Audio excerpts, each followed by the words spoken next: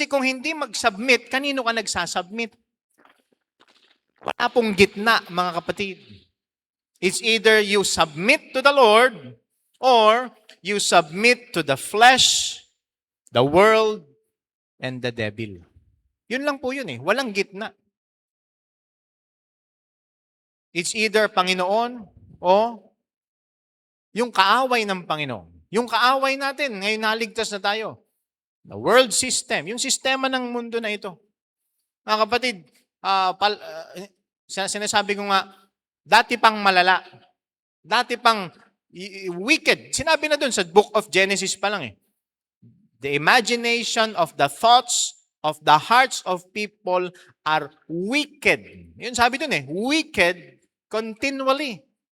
Nakikita lang natin ngayon. May panahon na nakikita yung kasamaan sa TV, di ba? Sa dyaryo, doon yung mababasa. Pero ngayon kasi mas madali nang makakuha ng impormasyon eh. Kaya nasasabi natin, mas masama ngayon kaysa noon. Pero hindi lang na ibabalita noon. Kasi yung mga chismosa pa lang noon yung ano eh. Ayun. Di ba? Yung mga human CCTV pa noon. Pero ngayon, mas madaling mabalita. Okay? Yung mga nangyayari. So, mga kapatid, itong mga miracles na ito, itong pag-aaralan natin ngayong umagang ito, pinapakita dito na anuman yung kahaharapin mo. Okay? Sa mga tatay. Mga tatay kasi hindi naman basta-basta nagsasabi, no? Kahit nga sa mga misis, di ba? Nagsasabi ba kayo sa misis nyo? Okay? Sino nagsasabi sa misis? Wala, no? Kasi ayaw mo nang dagdagan eh. Baka mapagalitan ka pa, di ba? Di ba? Okay. Kung di kayo takot sa misis nyo, tumayo kayo ngayon. Meron isang preacher, sabi niya, lahat ng kalalakihan lumipat dito sa kanan. Okay? Kung kayo ay hindi takot sa misis nyo, lumipat kayo sa kanan. Okay? Walang naglipatan. Takot eh. Okay? Pero mga kapatid, ano man ang kinaharap? Yung mga tatay, marahil niisip mo, ano kaya mangyayari sa pamilya ko sa sitwasyon natin ngayon na hindi, talagang on troubled waters ang sanlibutan natin ngayon. Meron tayong mga problems sa mga iba't ibang mga bansa, merong wars, merong rumors of wars, merong mga sakuna. 'Di ba? Kamakailan lang nagkaroon ng lindol doon sa Mindanao. 7.8 lakas. Tapos meron din naging lindol sa California. Magnitude 5. Tapos meron sa Venezuela. Hindi Valenzuela ha. Venezuela. Ang lakas nung lindol din doon. Nasa 7 din ata. Okay? Siguro nag-aalala. Paano na yung safety ng pamilya ko? Marahil meron kang anak at yung mga nababalitaan mo ngayon na may mga bata na nagkakaroon na ng criminal mind at sila'y pumapatay. Paano na yung safety ng aking mga anak? Yung safety ng aking family? Well, if you have the Lord Jesus Christ, do not be afraid. Natatakot ka na baka tanggalin ka na ng boss mo? Okay? Natatakot ka na sumunod sa panawagan ng Panginoon? Be not afraid, only believe. So, tingnan po natin yung first point natin dito. Okay? 5 katotohanan na makita po natin dito. Una, the prayer of the feeble.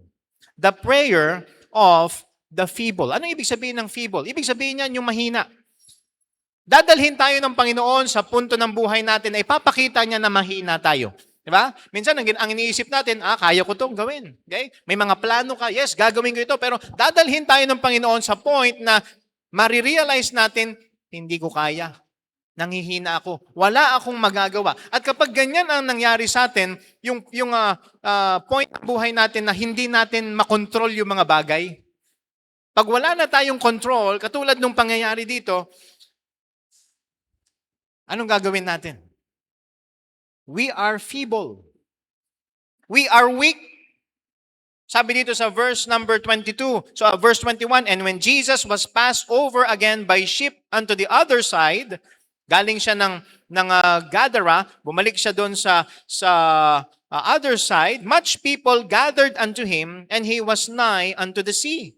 So alam niyo naman, yung mga tao, nabalitaan nila yung mga ginawang miracles si Jesus Christ. Gusto nilang makita, sino ba tong Jesus Christ? At maraming taong ganyan. Gusto lang nila makita, pero ayaw talaga nilang makilala ng personal ang Panginoon. Gusto lang nila makita yung miracles. Pero meron namang mga tao na maayos talaga, tama yung motibo nila nung sila lumapit sa Panginoon. And behold, there cometh one of the rulers of the synagogue. So yung lumapit na tatay na ito ay may mataas na katungkulan at meron siyang mataas na posisyon sa lipunan.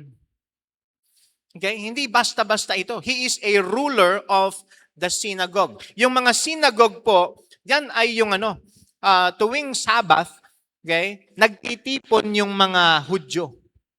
Okay? Doon sa tinatawag nilang synagogue. Okay? So dyan sila nagwo-worship, dyan sila nagbabasa ng salita ng Diyos, dyan sila umaawit, at dyan sila nag-expound ng Word of God. So, in the same sense, para siyang church. Okay? So he is a ruler of the synagogue, Jairus by name. And when he saw him, he fell at his feet. Isang tao na dignified. Mataas ang kanyang posisyon sa lipunan. Biglang lumuhod sa paanan ng Panginoon. At siya ay nagsusumamo sa Panginoon, verse 23, and besought Him. Siya ay nagre-request sa Panginoon. Besought Him greatly, saying, my little daughter lieth at the point of death. Yun. Meron siyang malaking problema.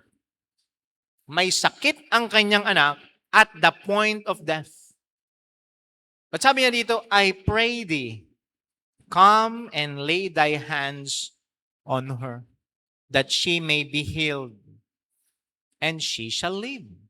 Kaya makita natin dito mga kapatid, ito yung prayer ng isang feeble na lalaki. Okay? Isang tatay na pag tinignan natin, di ba? Sabi nila, ang tatay, kung ang nanay ay ilaw ng tahanan, ang mga tatay ay, breaker.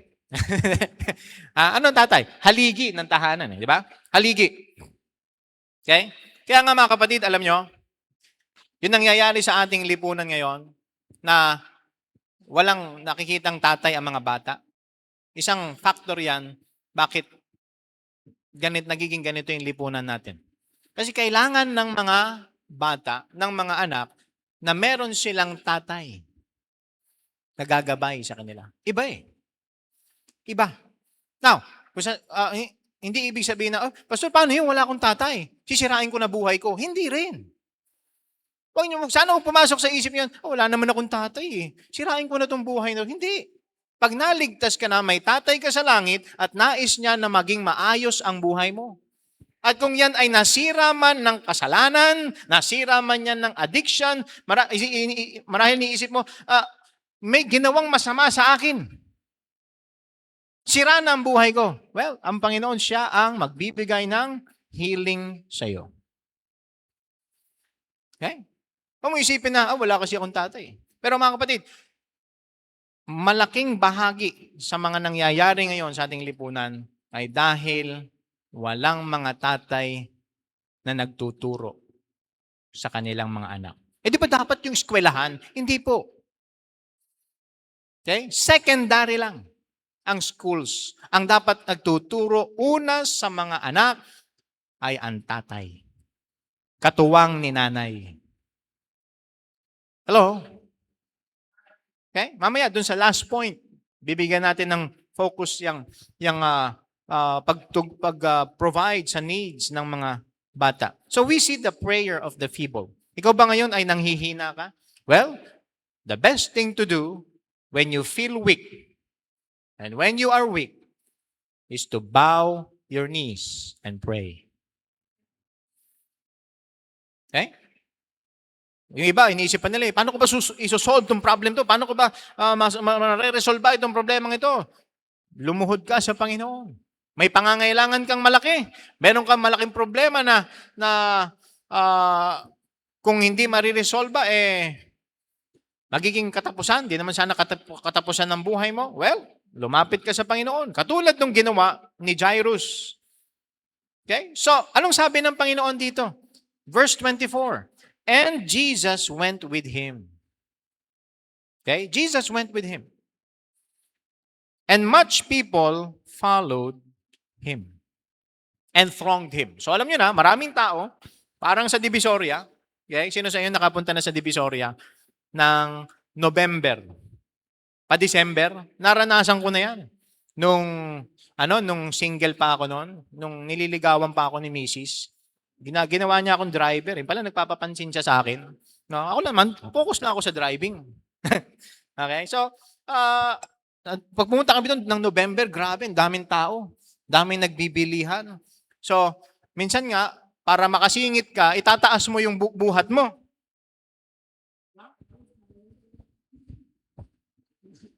Okay?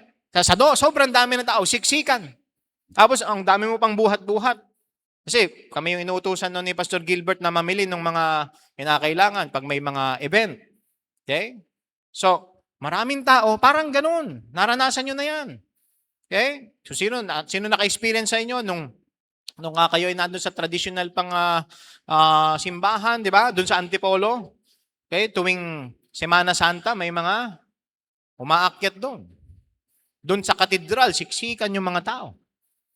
Okay? Siksikan. Ganon dito yung sitwasyon.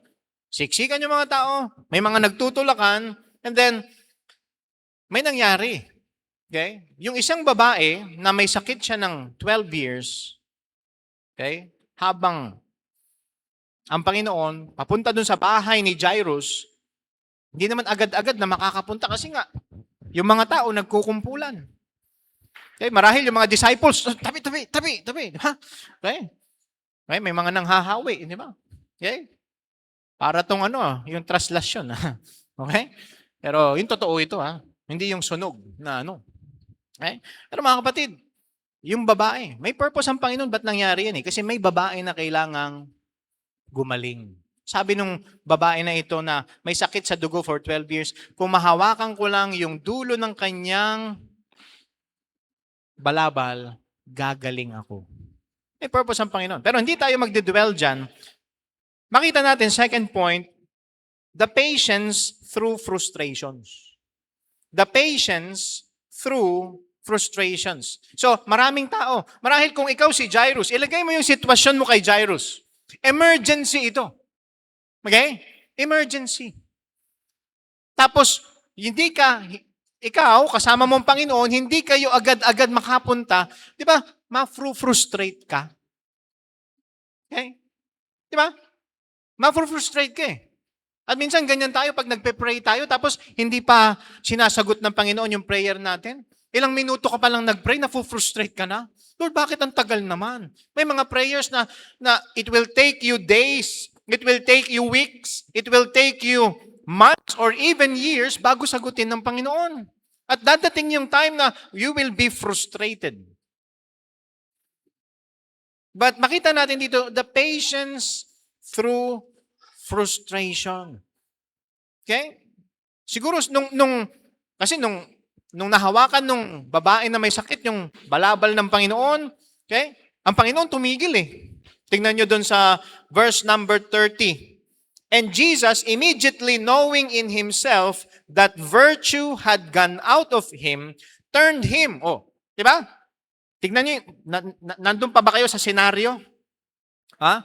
O baka nasa langit na kayo ngayon, ha? Okay? Ha? Yung iba nakatingin na dun. Okay? Jesus turned him about in the press. So, hindi tumuloy ang Panginoon sa paglalakad at sabi niya, sino ang humawak sa aking damit? Nagkaroon pa ng diskusyon.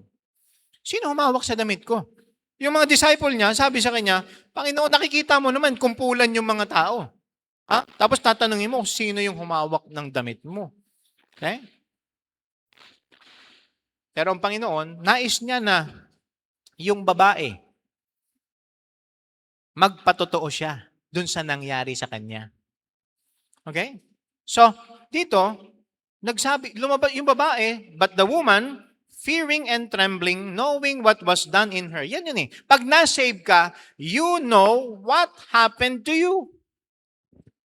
Pag naligtas ka, katulad ng babae ito, knowing what was done in her. Kaya pag na-save ka, ang Panginoon, meron siyang ginagamit ang kanyang salita, ang Holy Spirit, para sabihin sa atin na tayo ay naligtas na. Andyan ang testimony ng Holy Spirit. Andyan ang testimony ng Word of God. Ang promise ng Word of God that if you are in Christ, you are a new creature. If you are saved, then nandun ka sa kamay ng Diyos and you are secured. Nothing can separate you from the love of God. Amen? Nothing can separate you from the love of God. Kaya nga itong babae, nung hinanap siya ng Panginoon, lumabas siya eh. Nagpatotoo. Kaya pag naligtas ka na, magpatotoo ka rin. Amen? Huwag mo itago. Huwag mo itago.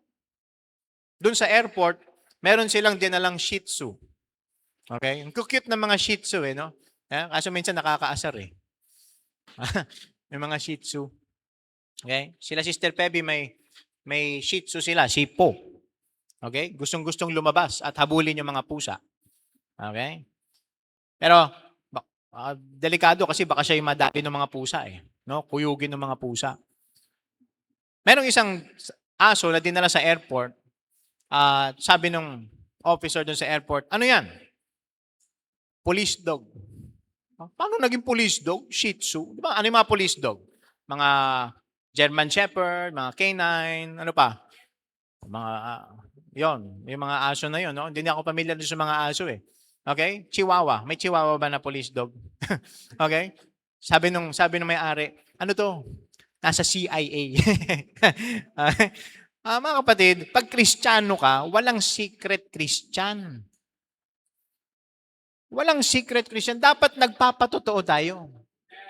May mga pagkakataon talaga na, halimbawa, may mga missionaries tayo na pupunta sila sa ibang bansa, hindi sila basta-basta pwedeng pumunta doon sa kalsada, mamigay ng gospel tract, sabihin nila Christian sila dahil may mga restrictions. Kasi meron naman talagang principle na be wise as serpents, harmless as doves. You need to be wise sa iyong mga gagawin.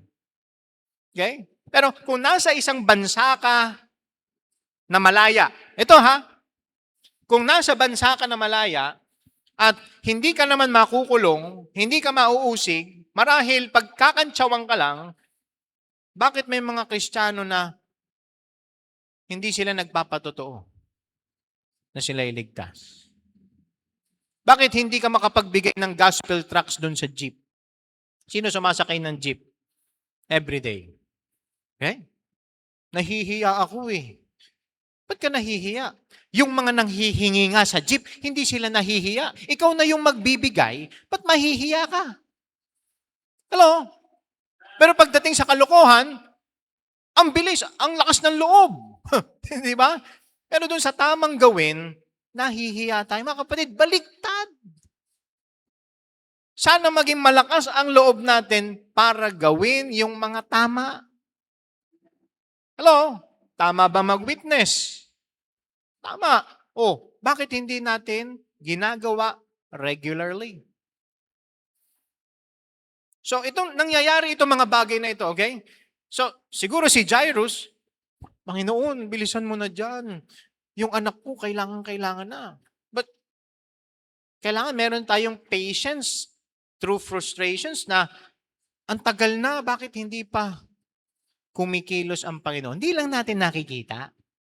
Hindi natin nakikita yung pagkilos ng Panginoon. At hindi naman natin alam yung plano ng Panginoon. Iba yung timetable, iba yung kalendaryo ng Panginoon. Yan ang tatandaan natin, mga kapatid. Iba yung kalendaryo ng Panginoon. Meron tayong mga plans, meron kang planner. Sino bumibili pa ng planner? Di ba? Kung ikaw ay business person, you have plans. Di ba? Pero yung mga pinagpipray natin sa Panginoon, hindi palaging tatama yan dun sa nais nating time na mangyari. Naunawaan po natin, mga kapatid? So, ilagay nyo ulit yung sarili nyo dito kay Jairus. You are anxiously waiting for the Lord. No? Kausap niya yung babae. Sabi ng Panginoon doon sa babae, "Daughter, thy faith hath made thee whole. Go in peace and be whole of thy plague." Yan yung sabi doon sa verse 34. Eto na. Dumating na yung balita na ayaw marinig ni Jairus.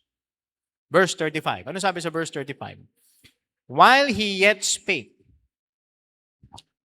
nung nagsasalita ang Panginoon, there came from the ruler of the synagogue's house certain. May mga tao galing dun sa bahay ni Jairus, which said, "Thy daughter is dead."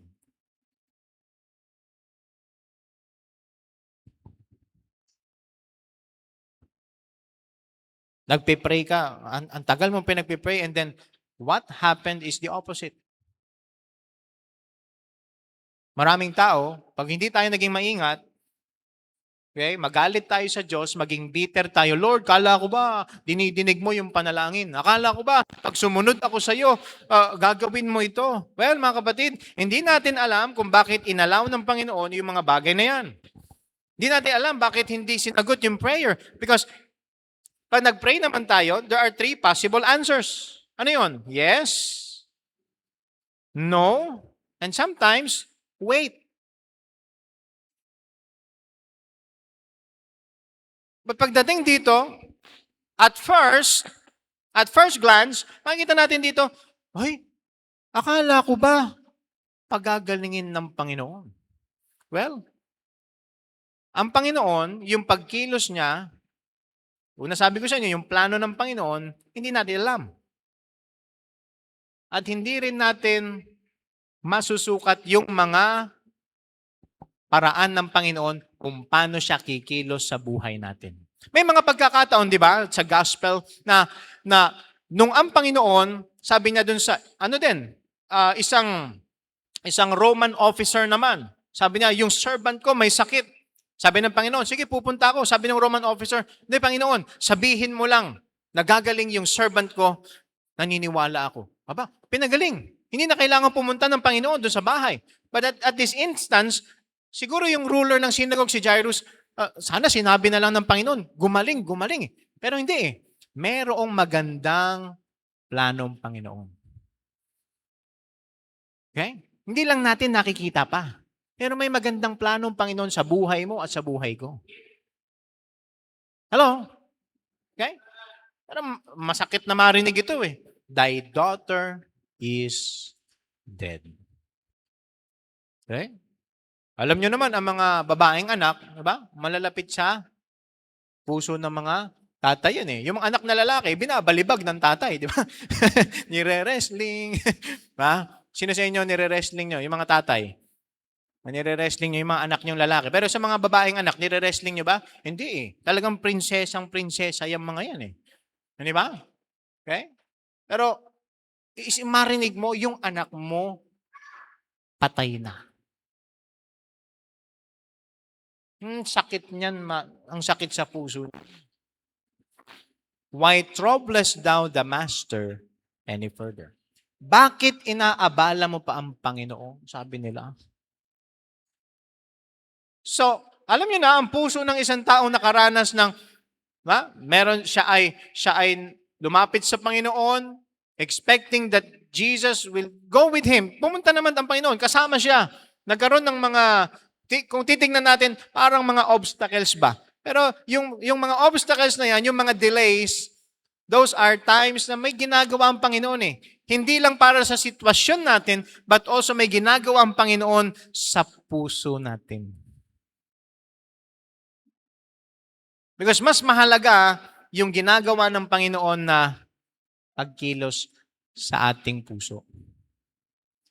More than dun sa changes na ine-expect natin, na pinagpipray natin para sa mga circumstances natin. Our circumstances may change. Mga kapatid, Yung mga circumstansya, nagbabago yan eh. Pero ang Panginoon, ang tinitignan niya, yung puso natin. During those times na ikaw ay nasa baba. Ikaw ay nandun sa rock bottom. Ika nga nila. Pero may ginagawa ang Panginoon sa puso ni Jairus. Marahil si Jairus nagduda. Okay? Parang yung tatay din dun sa Mark chapter 9. Buksan yung Bibles niyo sa Mark chapter 9. Dito, anak na naman eh. Dito, merong isang anak na sinapian ng masamang espiritu. Okay? Yung sumapi, bingi at dumb spirit. Sipin nyo? Dumb spirit. So, dito sa verse number 23.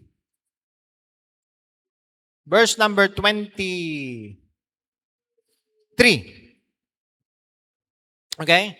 So, dumating ang Panginoon at nagsabi yung tatay dun sa kanya, patungkol sa kanyang anak na sinasapian ng masamang espiritu. Verse 23, Jesus said unto him, If thou canst believe, all things are possible to him that believeth. Okay? Kumbaga, yung message dun sa tatay na ito, dito sa Mark 9, it is the same message na binigay ng Panginoon kay Jairus. Be not afraid, only believe. And verse 24, And straightway the father of the child cried out and said with tears, Lord, I believe, help thou my unbelief. Napangunahan ng takot. Marinig mo ba naman na yung anak mo namatay na? Marahil meron takot, may pagdududa. Pero nagpaalala ang Panginoon dito eh. Tingnan nyo sa verse 36. Verse 36. Ano sabi dyan? And as soon as Jesus heard the word that was spoken, narinig ng Panginoon. Pinapakita dyan na si Jesus. Marahil, nagbubulungan lang eh. Yung mga galing sa bahay ni Jairus at si Jairus, binulungan siya. Patay na yung anak mo. Huwag mo nang gambalain ang Panginoon. May schedule pa siya. Pero ano nyo, mga kapatid? Huwag nyo isipin na, ay, Lord, matutugunan mo ba itong pangangailangan ko? Baka may schedule ka pa sa iba. Hindi, mga kapatid. Kahit sabay-sabay tayong lumapit sa Panginoon, iba't ibang mga pangangailangan, naririnig ng Panginoon yan. Sasagutin ng Panginoon. As soon as Jesus heard the word that was spoken, alam niya eh, because Jesus is God. He is omniscient. Alam niya yung mga usapan. He saith unto the ruler of the synagogue. Yung message na ito, nakadirekta doon sa tatay. Katulad doon sa Mark chapter 9, sabi niya sa tatay, believe, maniwala ka lang. All things are possible to him that believeth. Sabi niya kay Jairus, be not afraid. Only believe. Okay? Yan ay pronouncement ng faith. Number 3. Point number 3. The pronouncement of faith. Now, what is faith? What is faith? Faith is the substance of things hoped for, the evidence of things not seen. At present, ano yung alam ni Jairus? Patay na yung anak niya. Pero sabi ng Panginoon, believe. Why? Kaya ni Jesus Christ buhayin yung bata. Kayang buhayin ni Jesus itong batang babaeng ito. Doon sa Nain, sa city of Nain, meron namang isang lalaki doon, isang kabataang lalaki na namatay, anak ng isang widow. Binuhay din ng Panginoon. Kayang buhayin ng Panginoon ang isang 12-year-old girl, kayang buhayin ng Panginoon ang isang kabataang lalaki, and kaya ding buhayin ng Panginoon yung isang may edad, si Lazarus, mula sa patay. Why? He is God. Siya ay Diyos. Sabi ng Panginoon, I am the resurrection and the life. Kaya mga kapatid, kung iniisip natin, ay baka hindi kaya ng Panginoon ito, nagkakamali tayo. Because He is our powerful God. Walang imposible sa Panginoon. Diba? Sa mga single ladies, kung ikaw ay nasa edad na 40, sabi ng Bible, with men, it is impossible.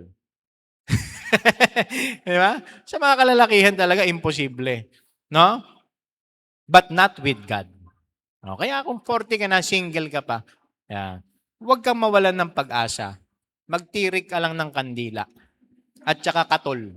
Okay? Pero mga kapatid, walang imposible sa Diyos. Yung kinahaharap mo ngayon, halimbawa, sa mga estudyante, ang daming schoolworks. Tapos kakapasok pa lang sa school, tambak na ng schoolworks, tambak na ng project. Unahin mo ang Panginoon. At tutulungan ka niya sa mga bagay na kailangan mong gawin. Tambak ka ng trabaho sa opisina. Tambak ka ng mga gawain. Ibigay mo yan sa Panginoon. Tutulungan ka ng Panginoon. Unahin mo siya. May kinahaharap yung mga businesses ngayon. May mga challenges sa mga businesses ngayon. Hindi lang naman sa mga nagtatrabaho sa mga kumpanya, sa mga businesses, maraming challenges. But, at tulad ng sabi ng Panginoon, be not afraid, only believe. Pag ginagawa naman natin ang kalooban ng Panginoon, hindi ibig sabihin na hindi tayo makakaranas ng problems. Problems will come. Trials will come. You will be frustrated, but don't forget that God is with you. Okay? Kasama natin ang Panginoon. Hindi niya tayo pababayaan. Hindi niya hahayaan na tayo ay malagay sa sitwasyon na malalagay ang pangalan ng Panginoon sa kahihiyan. Amen? Kasi kung naniniwala ka ang Panginoon, si Shadrach, Meshach, Abednego, doon sa Daniel, di ba? Sabi nila, King Nebuchadnezzar, wala kami sa lugar para sumagot sa iyo. Pero kahit na i-threat mo kami, kahit na ihagis mo kami doon sa pugon, hindi kami sasamba sa Diyos-Diyosan mo. Ay, ganun. Meron pa bang mga Kristiyano na ganyan ang paninindigan? Ano man na mangyari, hindi ko tatalikuran ang Diyos. Be not afraid. Why? Kasama ni Jairus ang Panginoon eh. Andyan ang Panginoon. Only believe. So, tumuloy na sila. Sabi ng Panginoon sa kanya, only believe. Jairus, be not afraid. Bakit kaya natakot si Jairus? Iniisip ko ito nung pinag-aaralan ko, ba't kaya natakot ito? Baka natakot siya kasi yung misis niya, natagalan sa kanya. Ang tagal mo, kaya namatay yung anak natin. Di ba? Pero, ano nangyari? Verse 37. And he suffered no man to follow him. So, sabi ng Panginoon, yung ibang disciples, maiwan na lang kayo. Ang sinama na lang niya, si Peter, James, at saka si John. And he cometh to the house, verse 38, of the ruler of the synagogue, and seeth the tumult. Ano na eh? Yung mga tao, busy na sila. At meron ng komosyon. Kasi may namatay. And them that wept and wailed greatly. May mga umiiyak na. And when he was come in, he saith unto them, why make ye this ado? And weep, the damsel is not dead, but sleepeth. Okay? Sabi niya, natutulog lang. Verse 40, and they laughed him to scorn. Tinawanan ba naman ng Panginoon? Hindi, patay na siya, hindi na nga humihinga. Wala nang pulso. Wala nang marinig na heartbeat. They laughed him to scorn. Pero, sabi ng Panginoon, sige, alisin niyo yung mga yan. Okay? Nagduda sa Panginoon eh. Pero, itong si Jairus, nandun lang sa isipan niya, yung sinabi ng Panginoon, be not afraid, only believe.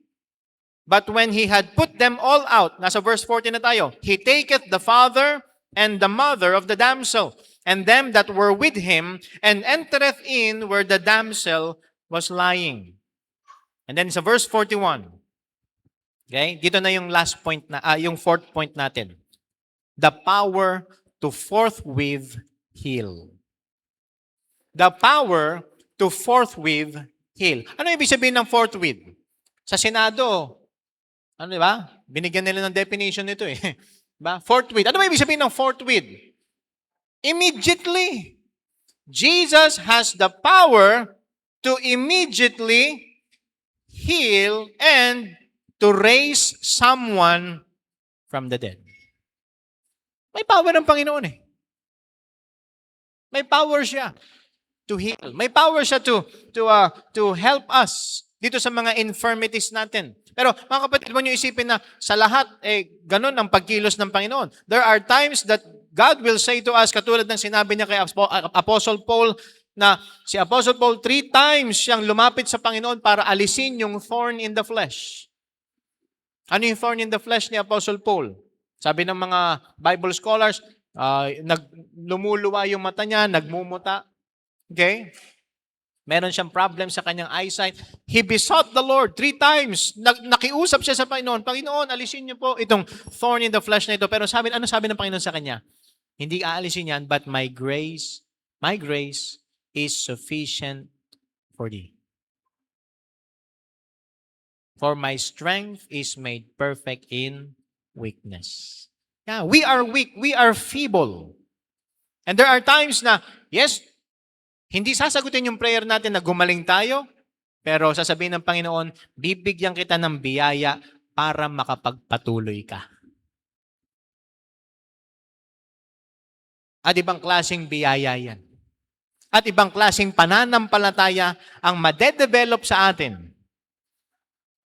Dahil kahit na hindi inalis yung infirmity, andyan pa rin ang biyaya ng Panginoon. Testimony yan of faith sa Panginoon. But huwag natin kalimutan, Jesus has the power to forthwith heal. Yan yung pinakita dito.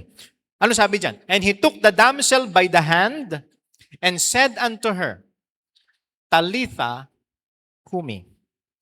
Okay? Yung salita na yan, nauunawaan yan ng mga bata. Okay? Anong ibig sabihin yan?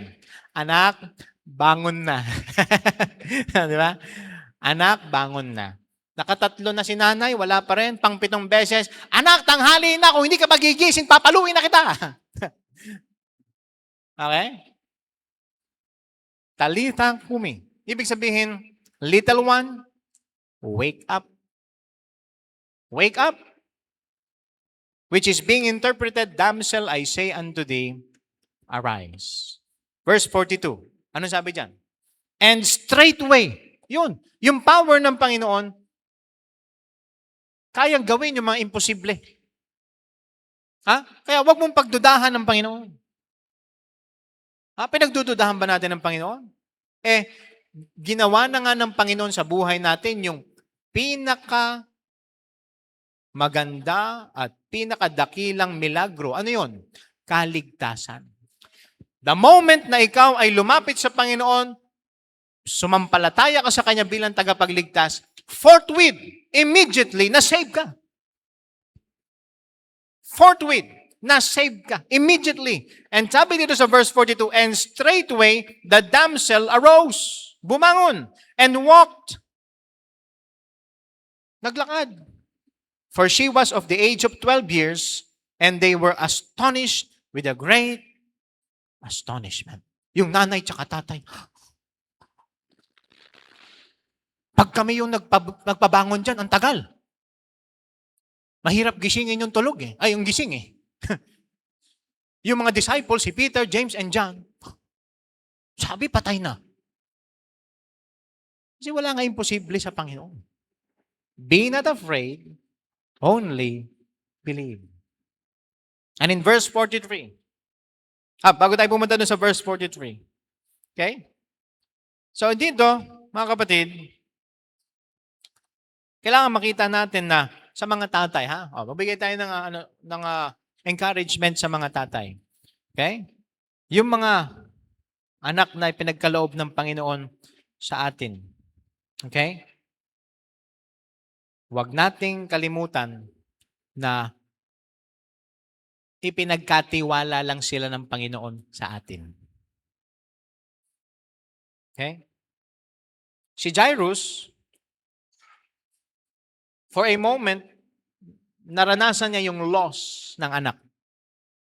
Matinding sakit yan. Okay? Sino dito namatayan ka ng anak? Ano ba? Okay? Pero masakit yan. Di ba sabi nga nila, masakit para sa magulang na ilibing yung kanyang anak.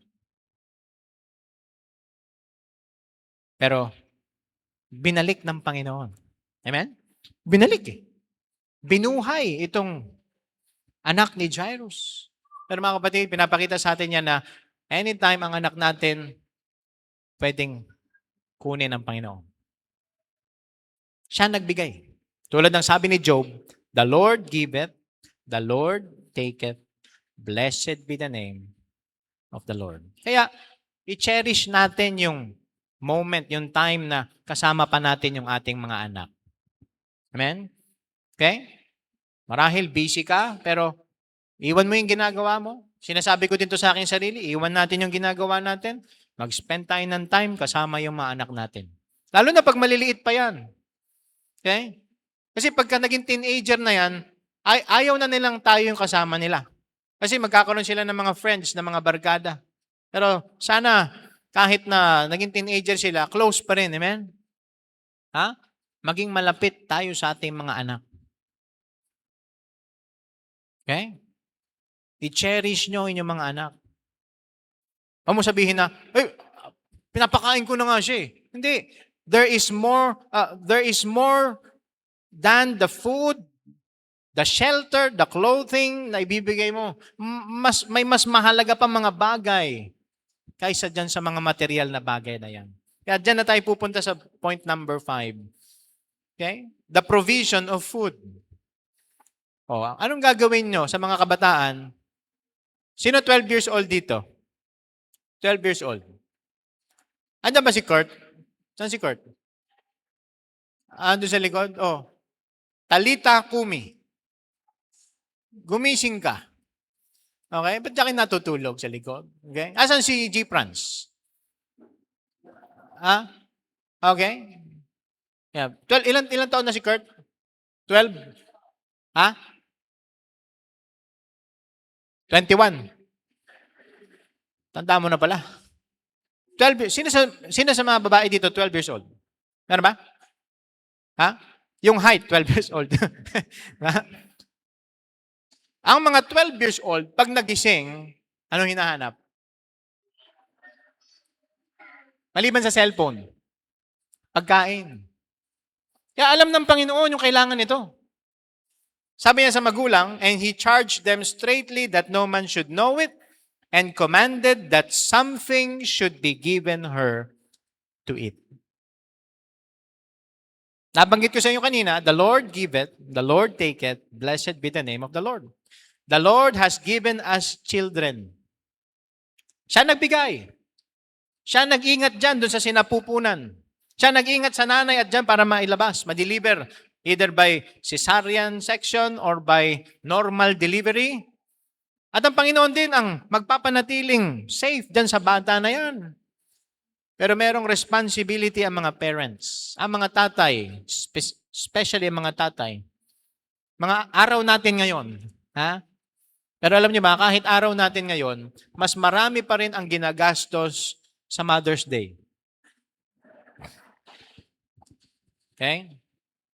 Ayon sa isang survey, sa isang report, ang ginastos sa Mother's Day is 10 billion.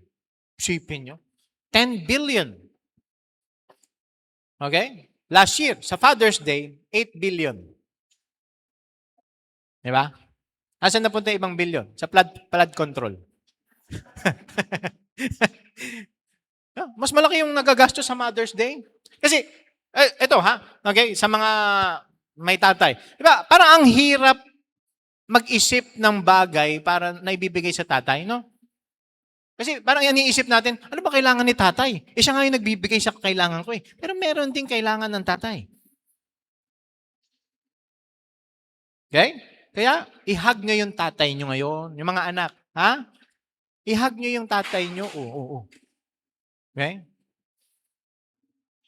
Sa mga anak, huwag mong kalimutan, magpasalamat, tatay, salamat po sa pag-ibig mo sa akin. Diba? Okay? Kung buhay pa ang tatay mo, sabihin mo yan. Huwag mong sabihin yan pag nandun na sa kabaong. Hindi ka na maririnig. Magulat ka pag sumagot, I love you too. Di ba? Sabihin mo na habang buhay pa. Bilhan mo na ng regalo habang buhay pa. Okay? Habang buhay pa. Para wala kang regret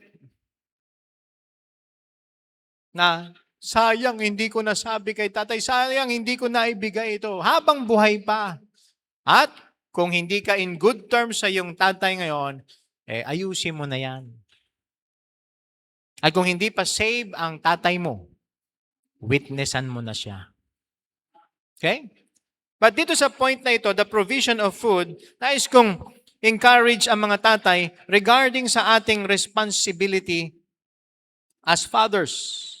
Okay? There is a responsibility to provide. Yes, we are to provide materially. We are to provide financially. Okay? Kasama yan sa responsibilidad. Okay? Na sinabi nga ni Apostle Paul, kung sino man yung hindi mag-provide para sa kanyang sariling family, he has denied the faith. Kung sinasabi mo na, yes, may faith ka, you have faith in the Lord Jesus Christ, pero hindi ka nagpo-provide para sa pamilya mo, you have denied the faith. Naunawaan po natin? But hindi lang po pagdating sa material na mga bagay. Kailangan din mag-provide tayo ng spiritual leadership sa ating mga anak. Amen? Kailangan ng leadership ng mga bata. Nakakalungkot, okay? Kasi nung isang araw, tinanong ko yung isang kabataan, pwede ba yung ganyang gupit sa eskwelahan? Pwede na daw. Okay? Kahit anong gupit. Kahit di ka nga magpagupit eh. Pwede na sa mga eskwelahan. Sabi ko, naisip ko, yung ganyang mga policy, sinasanay ang mga kabataan na magagawa nila anong gusto nilang gawin. At hindi sila maging accountable na mga tao. Walang accountability. Gawin lang yung gustong gawin. Mga kapatid, yan ang tinuturo ng eskwelahan. Yan ang tinuturo ng DepEd. Pero hindi yan ang tinuturo ng salita ng Diyos. Mas mataas ang salita ng Diyos sa DepEd. And we are to provide spiritual leadership. We are to provide discipline sa ating mga anak. Mas mag-spend tayo ng time teaching our children. Yes, matututo sila sa school, pero pagdating sa moralidad, pagdating sa mga spiritual na bagay, tayong mga tatay ang manguna, magturo, at maging halimbawa ng mga anak natin. Kung hindi tayo ang mag-disciple sa mga anak natin, sino magdi-disciple sa kanila? Yung mga schools na mas pinapaniwalaan ang humanism, mas pinapaniwalaan ang theory of evolution.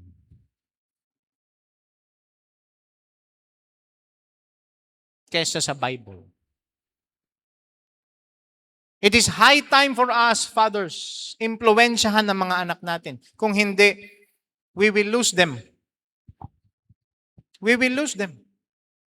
Magugulat ka na lang, yes, elementary, high school, nandito ba yan? Pero halimbawa, magka-college siya, mapupunta siya sa ibang lugar, o kaya naman, pagka siya'y bumukod na, nagkaroon na ng trabaho, sasabihin niya, malaya na akong gawin lahat ng gusto kong gawin. Gagawin ko na lahat. But there is danger sa ganyan. Kaya nga kailangan ng spiritual leadership. Kailangan yung mga anak natin, maturuan sila ng responsibility and accountability. Ma-realize nila na merong Diyos. Na yung mga ginagawa niya sa kanyang buhay, mananagot siya sa Panginoon balang araw. Okay? Kaya mga kapatid, kailangan may rules. Kaya nga may rules eh. Kaya may rules. Kaya may discipline. Ako nagpapasalamat ako sa Panginoon na may mga, nung high school ako, okay? Kung tatanungin niyo ako, Pastor, ilang taon ka nung huling pinalo ka? Isipin niyo, 18 years old na ako, pinalo pa ako. Ang pumalo sa akin, memorable, si Pastor Angeles. Pinalo niya ako ng 2x3. Hindi, 2x1 na Paddling eh. May paddling dun sa school namin. Pag meron kang, ang tawag doon? Demerit. Pagka naka-accumulate ka ng 3 demerit, pag meron kang ginawang kalokohan, paddling eh. Kailangan, pagka may mali ang bata, i-correct. Hello? Meron naman tamang pagpalo. Okay? Hindi yung palo ka lang kung saan-saan. Ba? Meron tamang pagpalo. Saan? Dito, sa seat of wisdom. Yan, sa puwet. Kaya yung puwet na yan, okay, may laman, para diyan paluin, para hindi mapilay. Okay? Kailangan disiplinahin ng mga bata. Yan ang kulang sa ngayon. Walang disiplina, walang takot sa Diyos, walang takot sa authority. Pero kailangan natin impluwensyahan yung mga anak natin. Impluwensyahan natin sila ng salita ng Diyos. Okay?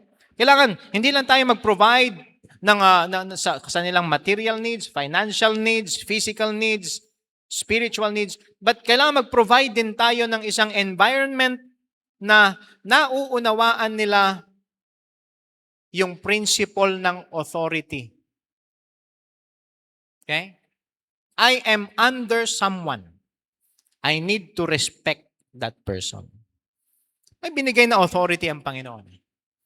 Okay? Kaya, sa mga anak na nandito, huwag niyong baliwalain ang authority. Huwag kayong maging rebelde sa mga authority sa buhay ninyo. Dahil binigay yan ng Diyos para sa ating ikabubuti. Okay? Isipin nyo to, kung walang authority, walang government, walang law, ano mangyayari sa isang society? Magulo. Anarchy. Okay? Gusto niyo ba ng ganyan? God is a God of order, kaya naglagay siya ng authority. Okay? Sa church, ang Panginoon ang head. Okay? Under shepherd, the pastor. Okay? Yan ang authority na binigay ng Panginoon. Pero hindi yan excuse para mag-lord over God's flock. Pero merong tayong authority. We are to submit sa authority ng Panginoon. Sa bahay, di ba? Christ, Father, Mother, Children. At kung may alaga kayo, yung alaga nyo. Minsan na nangyayari, ito nangyayari ha. Ang nagiging una na, yung aso. Tas yung anak. Yung nanay. Binaligtad na. Ang Panginoon na ay nasa dulo. Hindi mga kapatid. Unahin natin ang Panginoon. At binigay ang leadership sa tahanan sa mga husbands, fathers, then wife and children. We are to provide. We are to protect our children. Protektahan sila. Okay? And lastly, we are to pray for our children. Pray. Pag-pray natin na sa murang edad makilala nila ang Panginoon. Sa murang edad, ma-develop yung heart nila na tender sa salita ng Panginoon. Dahil, tulad nga nung nasabi ko sa inyo sa isang message natin few months ago, paano magiging successful ang isang Christian home? Kapag nakapag-produce ito ng isa pang Christian home. Yan ang nais natin. Yan ang ating prayer. That our children will know Jesus Christ as their Savior at makultivate yung relationship nila sa Panginoon. And mga tatay, nasa atin yung burden of responsibility. Pero hindi ito burden na maging pabigat sa atin. But kailangan makita natin, ma-burden tayo dito sa bagay na ito. I need to lead my children. I need to lead my family to the Lord. Huwag nating iasa yan sa iba.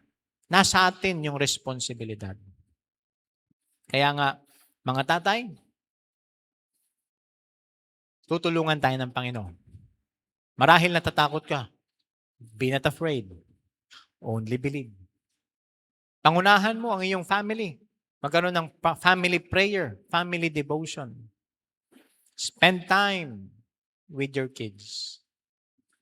At kung gagawin natin ito, tuturo natin ang salita ng Diyos sa kanila, makikita natin yung blessing ng Panginoon sa mga anak natin. Kaya, ano man ang kinaharap dito ng mga tatay, o kung sino man, ikaw ay nanay, isang kabataan, single man, single woman, the message is clear, be not afraid, only believe.